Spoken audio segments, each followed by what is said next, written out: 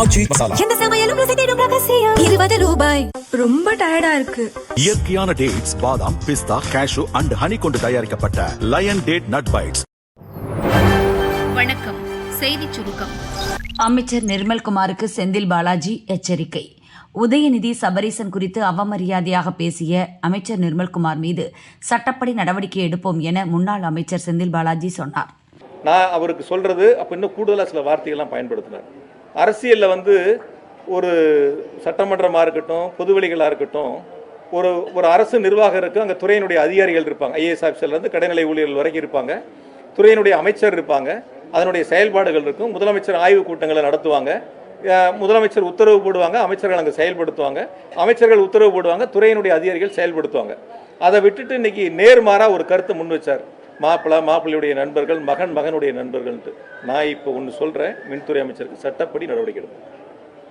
சட்டப்படி இந்த துறையின் மீது சம்பந்தம் இல்லாமல், இந்த துறைக்கு எந்த விதமான வழிகாட்டுதலும் கொடுக்காமல் அவர்கள் இந்த துறைக்கு தொடர்பு இல்லாமல் இருந்த பொழுது தேவையில்லாமல் எங்களுடைய முதலமைச்சருடைய மகனையும் மருமகனையும் அவருடைய நண்பர்களையும் இழுத்து இன்று அவர் காலையிலே பேசியிருக்கின்றார். நிச்சயமாக நாங்கள் சட்டப்படி நடவடிக்கை எடுப்போம். சிஎம் விஜய் சைகை, நோ கமெண்ட்ஸ். அதிமுக திமுக கூட்டணி அரசியல் மோசடி. அதிமுக ஆட்சி அமைக்க திமுக ஆதரவு கொடுக்க முயற்சித்தது உண்மையாக இருக்குமானால் அதைவிட பெரிய அரசியல் மோசடி வேறு இருக்க முடியாது என மதிமுக தலைவர் வைகோ கூறினார். இது பற்றி எதுவும் தெரியாது. நான் அது பற்றி எந்த கருத்தும் கூற விரும்பவில்லை.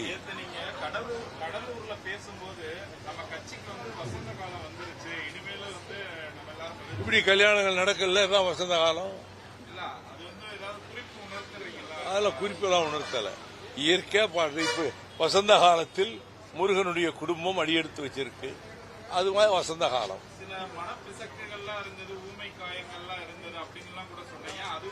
அதுக்கு பதவுர பொழிப்புற எழுதுறதுக்கு சாயங்கால கச்சேரி நடத்தக்கூடிய நம்முடைய நண்பர்கள், தொலைக்காட்சி நண்பர்கள், அதுக்கு பதவுர, பொழிப்புற, விளக்க உரை, விமர்சன உரை, கண்டன உரை எல்லாம் நடத்துவாங்களே, தாராளமா நடத்தும்.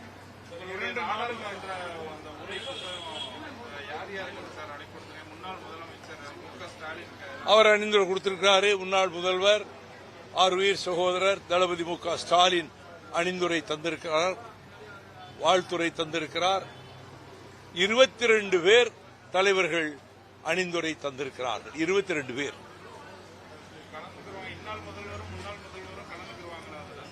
எதிர்பார்க்கிறேன், அது அவங்க முடிவு.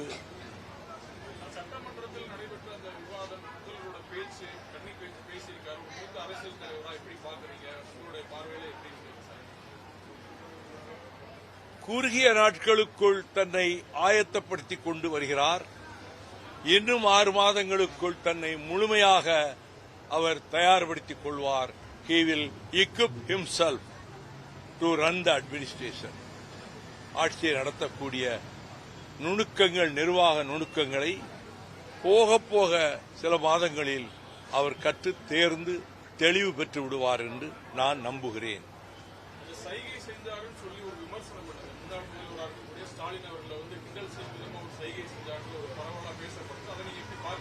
எதிர்கட்சி தலைவர்கள் பேசுனது, எதிர்கட்சி தலைவர் பேசுனது, அதை பற்றி நான் கமெண்ட் அடிக்க முடியுமா? அதுபோலத்தான் அவங்க பேசுனதையும் கமெண்ட் பண்ண விரும்பல, முதல்வர் பேசுனதையும் கமெண்ட் பண்ண விரும்பல. இது பற்றி எந்த கமெண்ட்டும் சொல்ல நான் விரும்பவில்லை.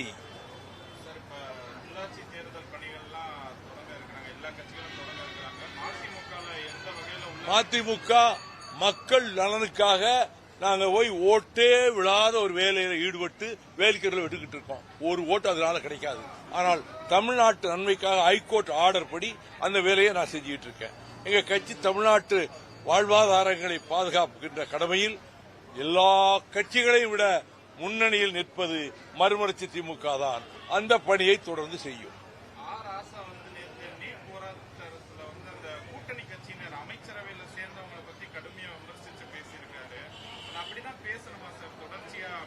ஒவ்வொருத்தருக்கும் ஒரு பாணி இருக்கு தம்பி, ஒவ்வொருத்தருக்கும் ஒரு பாணி இருக்கு. இது ராசாவின் பாணி, அவ்வளவுதான்.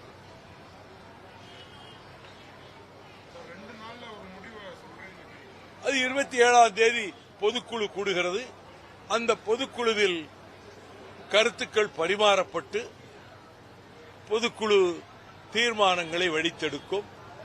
முதல் வேலையாக உங்களுக்கு, பத்திரிகையாளர்களுக்கு, தொலைக்காட்சி ஊடகங்களுக்கு உடனடியாக நாங்கள் அனுப்பி வைத்து விடுவோம். 3:30 மணிக்கு பொதுக்குழு அன்று நான் செய்தியாளர்களையும் தொலைக்காட்சி ஊடக நண்பர்களையும் சந்திக்க இருக்கிறேன். என்னுடைய பயணங்கள் தொடர்ந்து கொண்டே இருக்கின்றன. பல வருஷங்களா அது தொடர்ந்து கொண்டே இருக்கும். அப்படி ஒரு பயணம்தான் பூமிநாதன் நிறைவு விழாவாக நடத்தினாரே, அது போதைப் பொருளிலிருந்து இளம் தலைமுறையை விடுவிக்கின்ற நோக்கத்துக்காக நடத்தப்பட்ட நடைப்பயணம். அப்படி பொது நலனுக்காக என்னுடைய பயணங்களை தொடர்ந்து செய்து கொண்டே இருப்பேன். பிரதான கூட்டணி கட்சியெல்லாம் வெளியே வந்துட்டாங்க, நாங்க திமுக கூட்டணியிலிருந்து வெளியே வந்துட்டோம் அப்படின்னு சொல்லிட்டாங்க. அதிமுக உள்ளிட்ட முக்கிய கட்சிகள் மட்டும் திமுக கூட்டணியில இன்னும் விலகிட்டோன்னு சொல்றவங்க, மந்திரி சபையில சேர்ந்துட்டோன்னு சொல்றவங்க, ஆனா திமுக கூட்டணியிலேயே இருக்கிறோம்னு சொல்றவங்க, எனக்கு ஒன்னும் புரியவே மாட்டேங்குது. எனக்கு ஒன்னும் புரியல. மந்திரி சபையிலும் இடம்பெறுவோம், இன்னொரு கட்சியின் கூட்டணியிலும் நீடிப்போம். இந்த நிலைப்பாடு அபூர்வமாக தான் எடுக்க முடியும். அதை பத்தி நான் கமெண்ட் பண்ண விரும்பல. தமிழ்நாடு முழுவதும் விவசாயிகள் போராடுவது அவர்கள் உரிமை, நியாயமான கோரிக்கைகளுக்காக போராடுகிறார்கள்.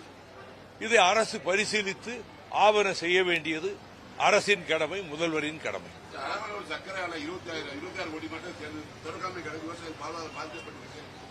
இந்த மாதிரி திறக்காம இருக்கிறது, நடக்காம இருக்கிறத பத்தி எல்லாம் பேச ஆரம்பிச்சா அது நீண்டு கொண்டே செல்லும். அதுக்குள்ள நான் போக விரும்பல.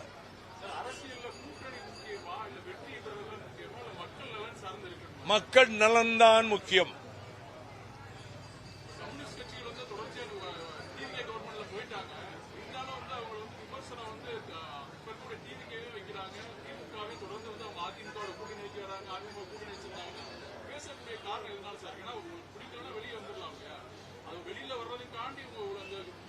அவங்க கூட்டணியில இல்லைன்னு சிபிஎம் அறிவிச்சிருச்சு.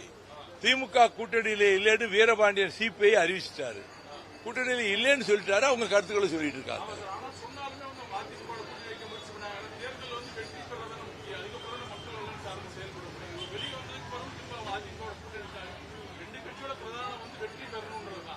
ஆதரவு கொடுத்திருக்காங்கல்ல அரசுக்கு. 2 கம்யூனிஸ்டுகளும் இந்த அரசுக்கு, தாவேக அரசுக்கு ஆதரவு கொடுத்திருக்காங்கல்ல, அது வெளிப்படையத்தான் கொடுத்திருக்காங்க.